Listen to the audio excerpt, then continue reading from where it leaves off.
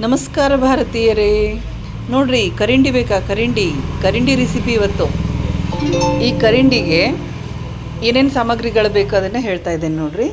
1/4 kg ಮೆಣಸಿನ್ಕಾಯಿ, ಒಂದು 10-15 ಬೆಳ್ಳುಳ್ಳಿ ಎಸಳು, ಶುಂಠಿ, ಉಪ್ಪು ಮತ್ತು ಗುರಳ್ ಪೌಡರ್ ಇದನ್ನು ತೊಗೊಂಡಿಟ್ಕೊಂಡಿದ್ದೀನಿ. ಆಮೇಲೆ ಮತ್ತೆ ಒಂದು 2 ಕ್ಯಾರೆಟ್ ಕಟ್ ಮಾಡ್ಕೊಂಡೇನಿ ರೀ. ಆಮೇಲೆ 2 ಚಮಚೆ ಶೇಂಗಾ ಮತ್ತು 2 ಚಮಚ ಕಾಬೂಲ್ ಕಡ್ಲಿ ಅಂತಾರಲ್ರಿ, ಅವನ್ನ ನೆನೆಸಿಟ್ಕೊಂಡಿದ್ದೀನಿ. ಆಮೇಲೆ ಮತ್ತೆ ಇನ್ನೊಂದು ಪ್ಲೇಟ್ನಲ್ಲಿ 2 ಚಮಚ ಅಗಸಿ, 2 ಚಮಚೆ ಕರಿ ಎಳ್ಳು, 2 ಚಮಚೆ ಮೆಂತ್ಯ, 1 ಚಮಚೆ ಸಾಸಿವೆ, 1 ಚಮಚೆ ಜೀರಿಗೆ ಮತ್ತು ಒಂದು ಸ್ವಲ್ಪ ಅರಿಶಿನ ಇದನ್ನೆಲ್ಲ ಇಟ್ಕೊಂಡಿದ್ದೀನಿ. ಇವನ್ನೆಲ್ಲನೂ ಪುಡಿ ಮಾಡ್ಕೊಂಡು ಬರೋಣಂತ ಇವಾಗ.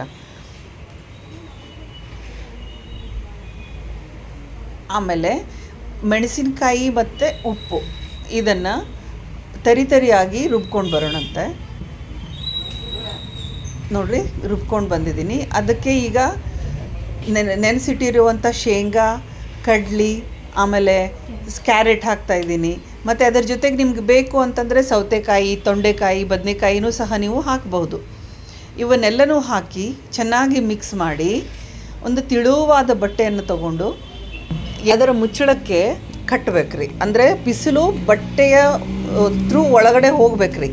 ಹಂಗೆ ಕಟ್ಟಿ ಬಿಸಿಲಿಗೆ ಇಡಬೇಕ್ರಿ. ಸ್ಟೇರ್ಕೇಸ್ ಮೇಲೆ ಇಡೋಣ ಅಂತ ಹೊರಗೆ ಬಂದೆ ರೀ, ಬಿಸಿಲೇ ಇಲ್ಲ ಅಲ್ಲೇ. ಹಾಗಾಗಿ ನಾನು ಕಾರಿನ ಮೇಲೆ ಇಟ್ಟೇನೆ ನೋಡಿ. ಈಗ 2 ದಿನಗಟ್ಟಲೆ ನಾನು ಬಿಸಿಲೊಳಗಿಟ್ಟು ಕರಿಂಡಿನ ತೊಗೊಂಡು ಬಂದೀನಿ. ಈಗ ಒಳಗೆ ಭಾಳ ಖಡಕ್ ಬಿಸಿಲಿತ್ತು ಅಂತಂದ್ರೆ 2 ದಿನ ಸಾಕ್ರಿ. ಇರಲಿಲ್ಲ ಅಂತಂದ್ರೆ 3 ದಿನ ಹಿಂಗೆ ಬೇಕಾಕೈತೆ ರೀ. ಬೆಳಿಗ್ಗೆ 10 ಗಂಟೆ ಸುಮಾರು ಬಿಸಿಲಿನೊಳಗಿಟ್ಟು ಸಾಯಂಕಾಲ 5 ಗಂಟೆ ಸುಮಾರು ಒಳಗೆ ತಂದೇನಿ ನಾನು. ಈಗ ಈ ಪರಿ ಕಲರ್ ಡಿಸ್ಕಲರ್ ಆಗಿರ್ತೈತಿ ರೀ, ಡಿಸ್ಕಲರೇಷನ್ ಬಂದಿರ್ತೈತಿ. ನೋಡಿದೆ ಕೈಯಾಡಿಸಿದ್ಕೊಳ್ಳಿ ಎಷ್ಟು ಚಂದ ಕಾಣತೈತಿ. ಸ್ಮೆಲ್ಲೂ ಅಷ್ಟು ಚಲೋನೇ ಬರಾಕತ್ತೈತೆ ರೀ.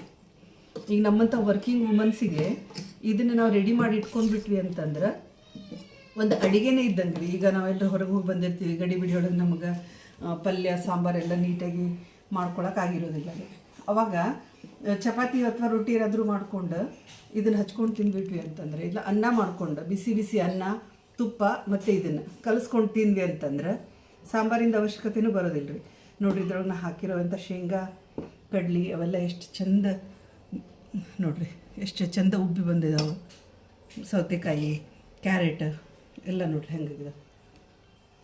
ಈಗ ನಾನು ತಿಂದು ಟೇಸ್ಟ್ ನೋಡ್ತೀನಿ ರೀ. ನನಗೂ ಬಾಯಾಗ ನೀರು ಬರತ್ತೈತೆ ರೀ. ಅದು ಸ್ಮೆಲ್ ನೋಡಿದ್ರೆ ತಡ್ಕೊಳಕ್ಕೆ ಆಗೋಲ್ರಿ.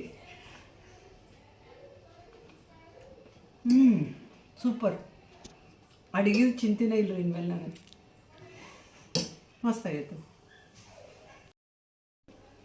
ಇದನ್ನು ಹೊರಗೂ ಹಂಗನೂ ಇಟ್ಕೊಬೋದು ರೀ. ಇದೈತಲ್ರಿ, ಈಗ ನೀವು ಹಂಗೆ ಹೊರಗಡೆ ಇಟ್ರಿ ಅಂತಂದ್ರೆ ಒಂದು 5-6 ದಿನ ಹಿಂಗಂದ್ರೆ ನಡಿತೈತೆ ರೀ.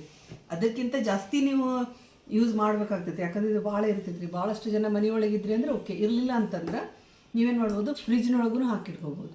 ಫ್ರಿಜ್ನೊಳಗೆ ಹಾಕಿಟ್ಟು ಒಂದು ತಿಂಗಳಾನ್ಗಟ್ಲೆ ಆದ್ರೂ ಏನೂ ಆಗೋದಿಲ್ಲ ರೀ.